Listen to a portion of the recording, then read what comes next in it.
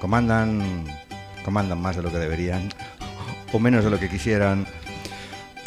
Federico Correa Gil de Viedma, buenas tardes. Buenas tardes, querido jefe, y sin embargo, amigo, aquí estamos en los fogones. El que comanda la nave, sabes que eres tú. Sí. Sobre todo tratándose de una vela latina. Y Ricardo Alonso, buenas tardes. Buenas tardes, José, compañeros, un saludo. Y en un momentito les presento a nuestro invitado de hoy.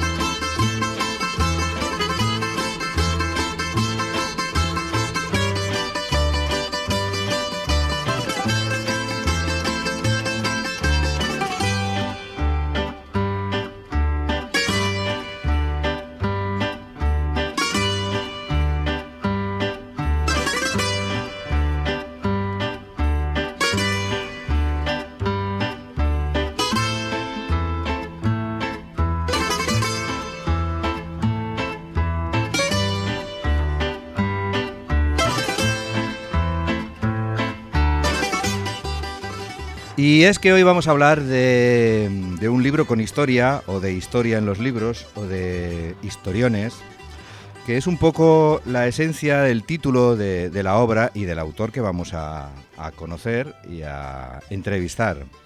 El título del libro es un poco superlativo, luego nos explicará de dónde proviene, Historiones de la Historia, que ya anticipa un poco el tono de lo que nos vamos a encontrar dentro y que él nos va a adelantar. Para darle entrada como se merece, una banda sonora de un jovencísimo Elmer Bernstein para los 10 mandamientos. No podemos pensar en una película clásica e histórica.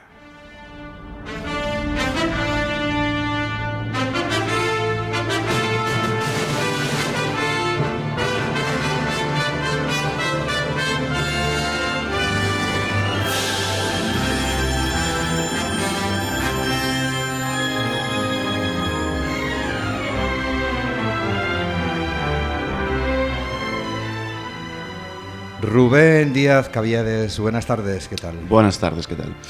Bueno, cuéntanos un poco, tú eres periodista, periodista y también escritor, porque no sé si tienes otro tipo de obras además de esto que nos vas a contar hoy, o solamente te has dedicado más al tipo de artículos y de redacción en prensa. Yo soy sobre todo periodista. Ajá. Sí que es cierto que he publicado algún libro de estos... ¿De investigación? No, me refiero cooperando con más gente. Ajá. Y no sé cuántos decirte, 5 o 6 a lo mejor, Ajá. a lo largo de los 15 años en los que me he dedicado al periodismo, pero este es mi primer libro en Aquí solitario. es donde te estrenas como escritor y además con una obra que cuanto menos es llamativa. Primero tengo que decir que la edición es una preciosidad, una edición que me encanta, que tuneada con un estilo un poco vintage, que le va muy bien, como podíamos encontrar en los libros de hace, pues no sé, 40, incluso 50 años, y que además han tenido la habilidad o el buen gusto de incluir las ilustraciones en blanco y negro. La mayoría son reproducciones de grabados o de xilografías, también hay algunos cuadros y hay alguna que otra fotografía, pero la mayoría tienen ese tinte de grabado, de libro antiguo, que le va muy bien a estos historiones de la historia. ¿Por qué historiones? Bueno, historiones es un término que se utiliza mucho en periodismo, yo vengo del periodismo, y bueno, el término lo dice todo. Es una historia muy buena, muy grande, muy llamativa por la razón que sea. Cuando uno acude a una mesa de redacción o a una reunión y tiene una historia muy grande, siempre decimos, menudo historión, o tengo un historión. Y cuando yo le tuve que poner título a este libro, cuando tuve que pensar en ello, a mí es la primera palabra que se me vino a la mente, y en la editorial me dijeron que sí, cosa que yo no esperaba, y así se ha quedado. Anticipa esto además por la fórmula, el titular, un cierto tono de humor. No sé si eso está comprendido dentro de tu obra. Sí. No, es un ¿cuál es el término acertado? Es un desenfadado. No es que yo me dedique aquí a buscar la carcajada o el humor porque sí, pero sí que está contado todo con mucho desenfado y con mucho humor, porque, entre otras cosas, es que muchas de las historias son graciosas en sí mismas. No tengo yo que aportar demasiado. Claro, porque hay que decir que todas las historias que se relatan o que se rememoran o que se reescriben en el tono de nuestro amigo, son reales, forman parte de la historia real de la humanidad. Lo que pasa es que muchas de ellas son insólitas y creo que la inmensa mayoría desconocidas. Entre ellas hay muchas que yo no quiero presumir, por Dios, pero sí que hay muchas poco conocidas. Son historias que me he ido encontrando yo pues a lo largo, a lo largo de los años, documentando otro tipo de artículos y demás, y de repente te encuentras, pues yo qué sé, en un libro romano antiquísimo o en una crónica medieval, te encuentras una frase que dices, ¿y esto, Dios mío, y esto qué es? ¿Y esto cómo no lo he leído hasta ahora? ¿Cómo me he tenido que encontrarlo en la fuente original? No todas las historias son así, hay historias que sí que están contadas y que aparecen en este libro porque no sería de justicia dejarlas fuera, sencillamente. Pero sí que hay mucho trabajo de investigación y de búsqueda, sobre todo de historias curiosas y llamativas y extraordinarias. Como investigador, como periodista, lógicamente hay aquí una labor que entiendo que, aparte de lo que te hayas podido encontrar de manera fortuita o casual, buscando otras cosas, cuando procedes a organizar y a estructurar el libro, pues entiendo que has tenido que ir a buscar y a documentarte. ¿Y dónde? Mira, para la inmensa mayoría de las historias se pueden documentar con muchísima facilidad en Internet y de forma perfectamente legal, que este es el matiz importante, porque muchos libros antiguos sencillamente están disponibles en Internet y están a disposición de cualquiera, aunque no nos demos cuenta y lo pasemos por alto a veces, y en la inmensa mayoría de los casos, para eso es sencillo. Muchas veces cuando hablamos de Egipto, cuando hablamos de Roma, hablamos de estas historias tan antiguas, donde hay que acudir a las fuentes. No tenemos que personarnos en ningún archivo, ni buscar en ningún tomo antiquísimo lleno de polvo, sino que realmente lo que hay que acudir es a las fuentes originales, buscar una buena traducción, porque no todos ni hablamos latín, ni hablamos griego, ni hablamos todo esto, y empezar por ahí, sobre todo por los documentos originales. Empezar por ahí suena ya complicado, porque de entrada, o sea, entiendo que no estamos hablando de buscar en la Wikipedia, estamos hablando de ir a las bibliotecas digitales, que las hay de todas las grandes. Tú puedes entrar en la Biblioteca del Congreso en los Estados Unidos, claro, en un montón de sitios. Decía Escotado que realmente que la Biblioteca de Alejandría se quedaba corta al lado de las puertas que abría Internet. Cierto, ¿no? Y además, ahora que mencionas precisamente la Biblioteca del Congreso, en concreto para imágenes, que también forma una parte importante de la documentación, que tú luego vayas a hablar, lo vas a poner por escrito, es que es increíble porque el repositorio de la Biblioteca del Congreso es virtualmente infinito y está disponible, insisto, de forma legal también para nosotros que no somos ciudadanos estadounidenses, pero es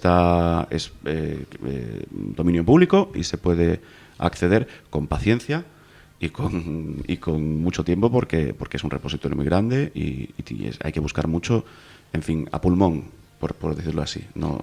Sí, la verdad es que han tenido el Smithsonian igual tiene una cantidad de documentación a nivel histórico, de detalles, de fotografía, de vestuario y todo disponible. Vale, pues ahora explícanos un poco cómo se ha estructurado. ¿Está estructurado de manera cronológica? ¿Está estructurado por temas, por personajes? Está estructurado por temas. Los temas además son un poco sui generis, vamos a decirlo así. Tengo un capítulo que va sobre arte, que bueno, es más normal. Tengo un capítulo que va sobre viajes, que es más normal. Pero luego en otros casos, precisamente para intentar presentar al lector una lectura amena, pensando en el lector y no tanto en lo demás, sí que hay historias que hay un capítulo que dedicamos a los tesoros y al oro y a las reliquias, que no son cosas tan parecidas a primer vistazo, pero cuando tú buscas historias de esta clase, te vas a la Edad Media, pues resulta que una reliquia era un tesoro igual que un cofre de oro, ¿me explico? Y en la práctica son historias que se complementan muy bien unas a otras. Entonces es un poco sui generis el orden, pero bueno, he intentado sobre todo buscar también la heterogeneidad a lo largo de la lectura. No he querido hacer un repaso cronológico, punto uno, porque te vas a dejar muchas cosas fuera inevitablemente, y sobre todo porque, no sé, yo creo que a los que nos gusta la historia, nos gusta la historia, no quieres leerte todo sobre una determinada época, te gusta ese ir saltando poquito a poco. Sospecho que presumo que esa afición a la lectura y a la historia igual viene de tu padre, a quien dedicas el libro. Viene de mi padre, a quien dedico el libro, en efecto. Y sí, en mi casa siempre ha gustado mucho. Mi hermano pequeño es historiador Yo no estudié historia por los pelos, es lo que iba a estudiar, y 15 días antes dije, no, comunicación, pero es lo que iba a estudiar. A mí siempre me ha gustado mucho la historia. Bueno, una de las cosas que yo creo que a veces le ha faltado a la historia, y es cierto que se enmienda esto con los años, pero una de las cosas que le ha faltado es precisamente la comunicación, la capacidad de hacerla accesible, amena e interesante para todo el mundo. No, en efecto. Ha ocurrido mucho pues en nuestro país, además, singularmente, tenemos una historia que es la que es, y en el cole se ha enseñado la historia hasta hace bien poquito. Pues de una manera muy, muy seria, muy rigurosa, y sí, ha faltado mucho. Quiero pensar que estamos todos en el buen camino en este sentido. Pero, no sé, a mí me llama mucho la atención que hasta hace nada, por ejemplo, siempre se hablaba o utilizamos el término divulgador para hablar de los científicos, y nunca se hablaba de divulgador histórico. Es que ni siquiera se aplicaba, no, nos costaba hasta imaginarlo. Y hoy, por suerte, estas cosas están empezando a cambiar. Sí, a ello ha contribuido muy mucho y contribuye a día de hoy las diferentes modalidades, el cine, las series, el cómic, la propia literatura histórica, la novela histórica que tan de moda se ha puesto, donde, por mucho que haya de ficción en el relato, siempre hay un trasfondo histórico que te ayuda y que te acerca hacia un determinado momento, por ejemplo, el Antiguo Egipto, y a quien realmente le fascina y le interese, es el camino para seguir investigando. Claro.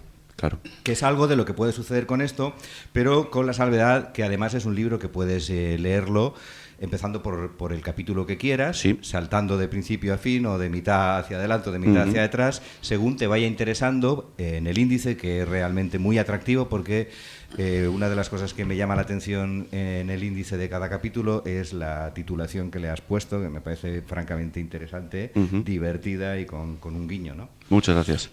Bueno, es el objetivo. Si es que la historia es muy divertida, hombre, sobre todo para mí, que lo he cogido y me he quedado con las partes más divertidas, pero es que la historia es muy divertida, es muy lúdica y no sé, a mí esta idea, yo entiendo que esto va por aficiones y a quien le guste, fantástico, a quien no, pero a mí es que me cuesta entender cómo hay gente que no le interese tanto la historia, digamos, o que no le encuentre esta parte lúdica, porque... A alguien que le guste la literatura, le guste leer cualquier tipo de literatura, es que la historia es la fuente inagotable de temas. Claro. Todo está allí. Y además en la historia antigua, todas las pasiones, las bajas pasiones, todo lo que hoy nos pueda parecer transgresor, ya ha sido pasado de rosca en aquella época. Todo. Llevo aquí una historia que es una de las que más me impresionó porque no la conocía, con todo lo que hemos pasado en los últimos años, con la COVID y demás. Y llevo la historia de la introducción de la quina en España. La historia, la percha, digamos, como decimos los periodistas, o el enfoque, es que Oliver Cromwell, que fue dictador en Reino Unido y demás, se murió porque no quiso tomar quina, seguramente. En fin, estamos resumiendo, pero él se negó a tomar quina porque existía la impresión entre algunos protestantes del norte de Europa de que la quina era un invento de los católicos para envenenar a los protestantes. Se había descubierto en Perú, habían descubierto los pueblos preincaicos, por supuesto, pero se corrió la noticia de que la había descubierto la marquesa de Chinchón, que era la virreina de Perú, por cierto, y bueno, pues ¿para qué quisieron más? Y a mí me fascina encontrar esta historia en aquella época, hace 4 siglos y pico, si no recuerdo mal, una historia que la estamos viviendo ahora mismo. Está escrito con un tono además ligero, la forma de escribir es muy amena de leer, es como un pequeño relato en el que además muy ágil en cuanto a la forma de, por lo que yo he podido ver en el... Porque hay que decir que tú además eres colaborador de Jotdown y del Confidencial, si no me equivoco. En el Confidencial he sido durante años, he trabajado en el Confidencial, ya no trabajo. Y eres de Ruilova y trabajas y vives desde aquí, lo cual eso todavía hace que nuestro invitado tenga en nuestra radio, que lo que tratamos es de poner en valor y de sacar a la luz, aunque bueno, tú estás ya en un nivel interesantísimo y con un bagaje bastante amplio, pero sacar a la luz a todas estas personas que son capaces de hacer cosas interesantes y que además son de esta tierra, viven o son o pertenecen a esta tierra, ¿no? Y tú trabajas desde aquí. Yo trabajo desde aquí, yo nací en Ruilova, me crié en Ruilova y luego me fui a estudiar a Madrid y estuve entre Madrid y Barcelona pues unos 12 años fuera, una cosa así. y luego me volví porque quise, porque me gusta y no me arrepiento en absoluto. El libro lo edita uno de los sellos de Planeta, Geoplaneta. Sí. Y creo que está recién salido del horno, ¿no? ¿Has hecho ya una presentación? No, todavía no ha habido presentación, no ha habido nada. El libro se puso a la venta el pasado miércoles. Claro, está recién salido del horno. Sí. Y bueno, será interesante si tienes previstas, que yo creo que a nuestra audiencia seguro que le va a interesar muchísimo, presentaciones aquí en Cantabria, pues también lo comunicaremos para que la gente se pueda... ¿Qué es lo que tú crees que puede encontrar un lector, una lectora en este libro fundamentalmente? Aparte de ese ir tocando, porque lo atractivo es que si solamente tocara un periodo histórico o un país o una zona geográfica, pues si te resulta antipática o no te interesa, pues claro, el resto del libro te resulta menos ameno. Pero claro, al ir saltando a diferentes épocas y a diferentes momentos históricos, pues es muy ameno. ¿Qué crees que es qué le dirías a alguien que diga, ostras, es que yo la historia... Bueno, mira, el otro día me escribió una compañera que tiene el libro porque figuran los agradecimientos y la editorial le ha enviado una copia, un poco por adelantado, y me decía, yo todavía no me he podido poner, pero mi marido lo ha cogido y está encantado con él, y me dice que es muy ameno y riguroso. Y yo me llevé el piropazo de mi vida. Fíjate que en fin, no es para tanto, pero sobre todo me gustó lo de riguroso. Esa era mi siguiente pregunta. Claro. No sé si has tenido inputs de la parte más, digamos, más rígida, ¿no? del mundo de los historiadores, o tu propio hermano que está... Bueno, no, yo sé cuál es el sentir. Porque ya sabes que son, en fin, pasa como con el flamenco, ¿no? Sí. Los puristas de flamenco, no, es que esto hay que contarlo de... Yo sé cuál es el sentir, pero bueno, también te digo que cuando llegué a la carrera de comunicación, en el primero con 18 añitos que tenía, una de las primeras cosas que nos dijo un profesor fue, bueno, ya sabéis que vais a ser intrusos en todos allí donde vayáis, porque no hay una carrera asociada a la comunicación. Los periodistas hacen periodismo, los médicos hacen medicina, los veterinarios hacen veterinaria, pero vosotros vais a ser intrusos siempre. Y no sé, yo siempre digo lo mismo, no es un libro académico, ni mucho menos. Mientras uno no haga academia... Claro, ni lo pretende ser. No. Mientras no aspires, digamos, a que lo tuyo parezca academia, porque si no fuera parte de la academia no puede ser academia, pero no es un libro académico, no es un libro en el que se hagan... Yo no tengo que no tengo que hacer yo las conjeturas, que es donde hay que tener mucho cuidado. Mucho cuidado. Yo no estoy aquí para hacer conjeturas, eso lo tiene que hacer un historiador, en efecto. La gente que está habilitada y la gente además que se somete a una serie de rigores académicos a los que yo no me he tenido que someter porque, insisto, es un libro comercial. Entonces yo creo que mientras se cumpla con eso, podemos llevarnos todos bien. Claro, todo lo que tú relatas con tu estilo y con tu prosa, al fin y al cabo, está rescatado y extraído, como explicabas al principio, de fuentes documentales rigurosas y... Claro, no. Y no...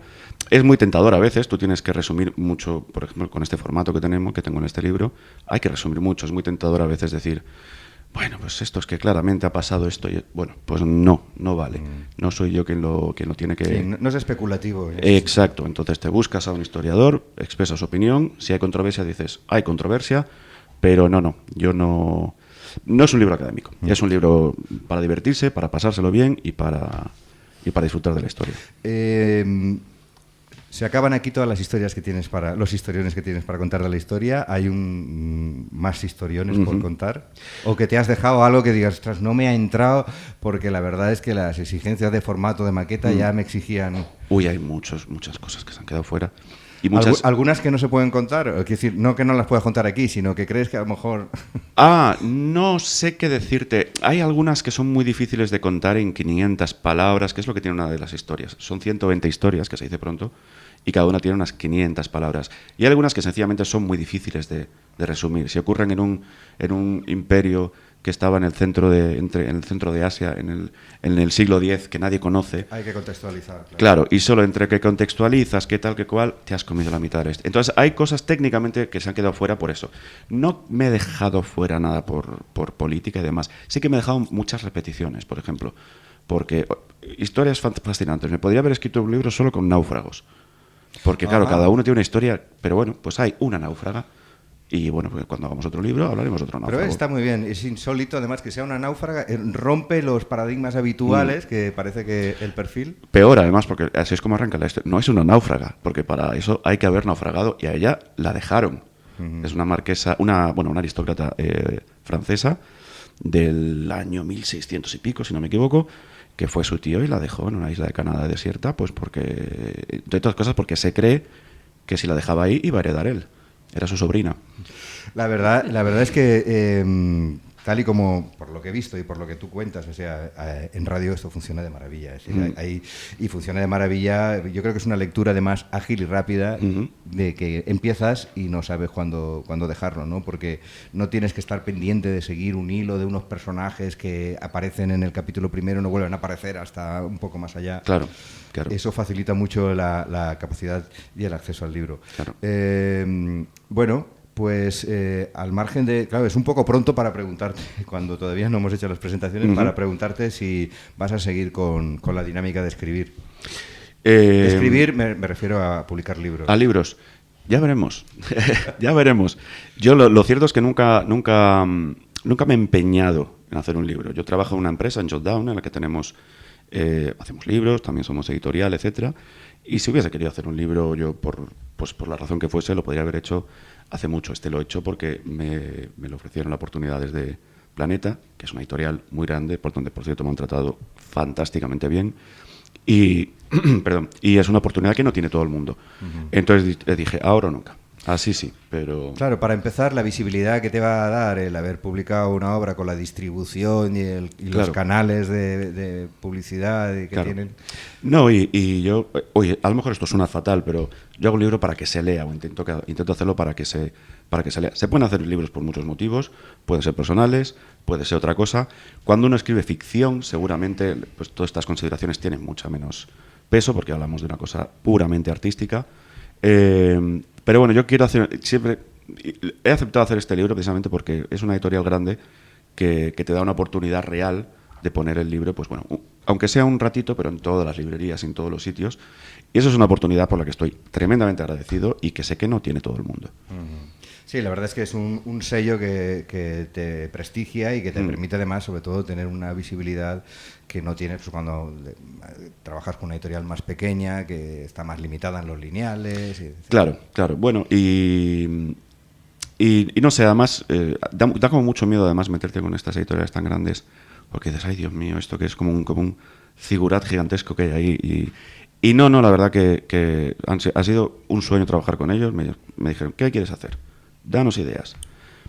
Las ideas han quedado con todas, a la larga, se han negociado y demás, pero nada, no ha habido ninguna imposición. Sí que es cierto que el género en sí mismo es muy popular. Yo creo que va a funcionar muy bien. O sea que sí. Y aparte la edición, insisto, la edición es preciosa y yo no he tenido oportunidad de leer el libro en su totalidad, solamente algunos extractos, pero creo que lo voy a hacer y que merece la pena muchísimo.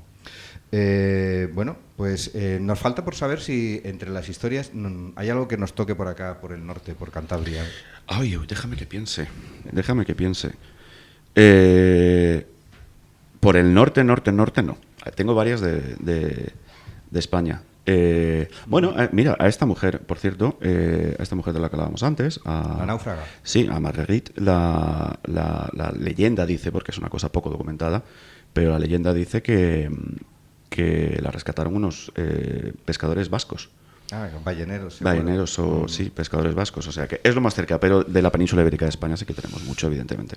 Bueno, el compañero Federico Correa Gil de Viedma, que también es escribidor, creo que te quiere preguntar, quiere hacer de periodista. Iba a intervenir para quejarme, porque cada pregunta que tenía en la cabeza me la habéis ido pisando. He ido pensando otra y otra, y la última era si había alguna historia por aquí cerca. Y te has tenido que adelantarte, querido compañero, para el rescate de los balleneros. Mira, hay una que en fin, me lo pensé, ¿eh?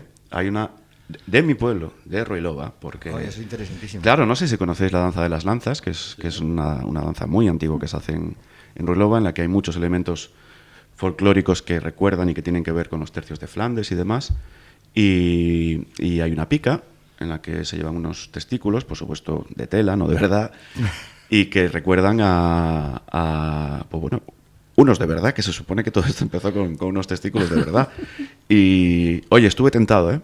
Estuve tentado porque es un historión. Es un historión, en efecto. Que estemos en España, Dios mío, Es un historión, sí. Claro, y además yo he bailado en esa danza y yo era el pelotero. O sea, ay, pues... Pues, pero esa la tenemos que conocer un día en mayor profundidad. Bueno, está ya en las librerías. Está ya en las librerías del pasado miércoles. Está en las librerías, está también en plataformas, pero si tienen oportunidad de acercarse a una librería de su barrio, de su entorno, yo creo que merece la pena, porque los libros... Además huele de maravilla. Sí, no, y es papel ahuesado, es que es otra cosa. Es sí. una edición muy bonita y un tacto además súper agradable. Perdona, Federico. A ver, antes de que me pise, Ujú.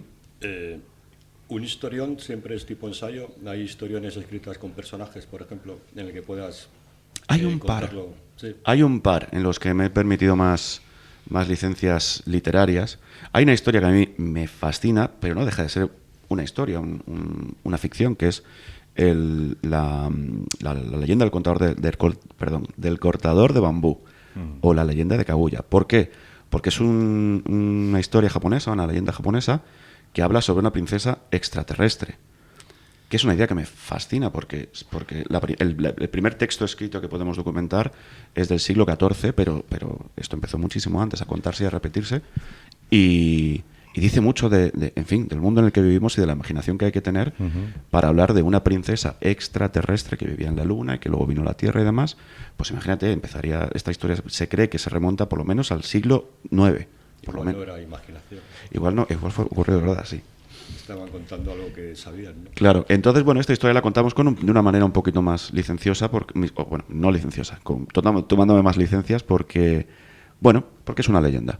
Y luego tengo otras también por ahí, sí, que de vez en cuando hay que darle aire un poco a la cosa y salirte un poco del registro tan historicista y oye, darle un poquito de frescor a la cosa. No todas las historias son tan serias y además hay algo fabuloso, que es que fabuloso para mí, que de muchas historias solo se conoce una fuente por su propia naturaleza, ¿no?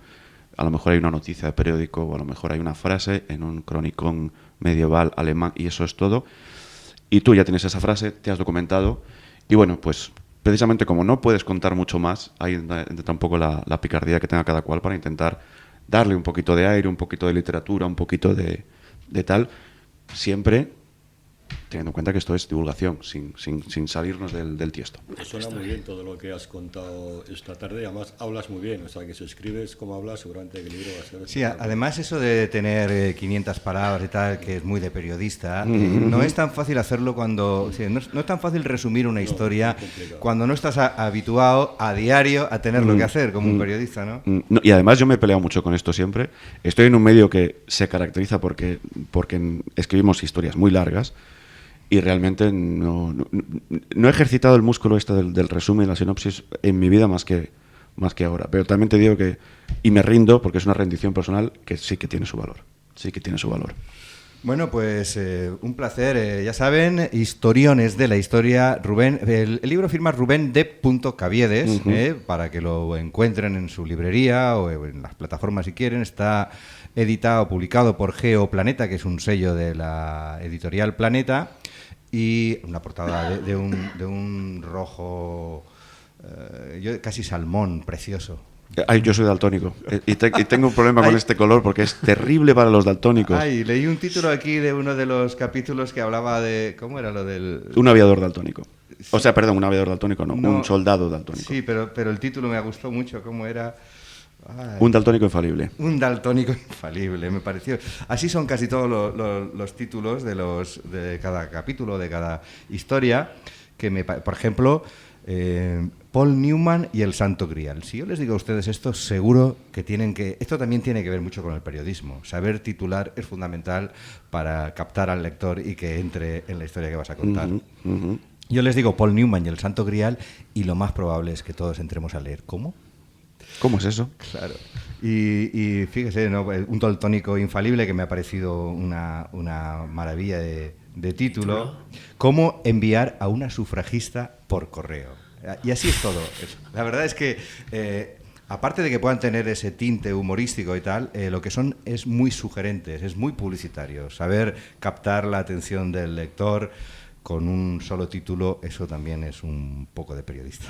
Sí, es la percha, a veces se llama, por lo menos en los medios en los que yo he estado, se suele decir esto, ¿cuál es la percha? Y la percha es, pues bueno, esa idea tan central que tiene la historia y que normalmente hay que ponerla, los periodistas decimos ponerla arriba. Los periodistas de prensa escrita, ponerla arriba, lo cual significa o en el titular o en el arranque, pues para que el lector se quede.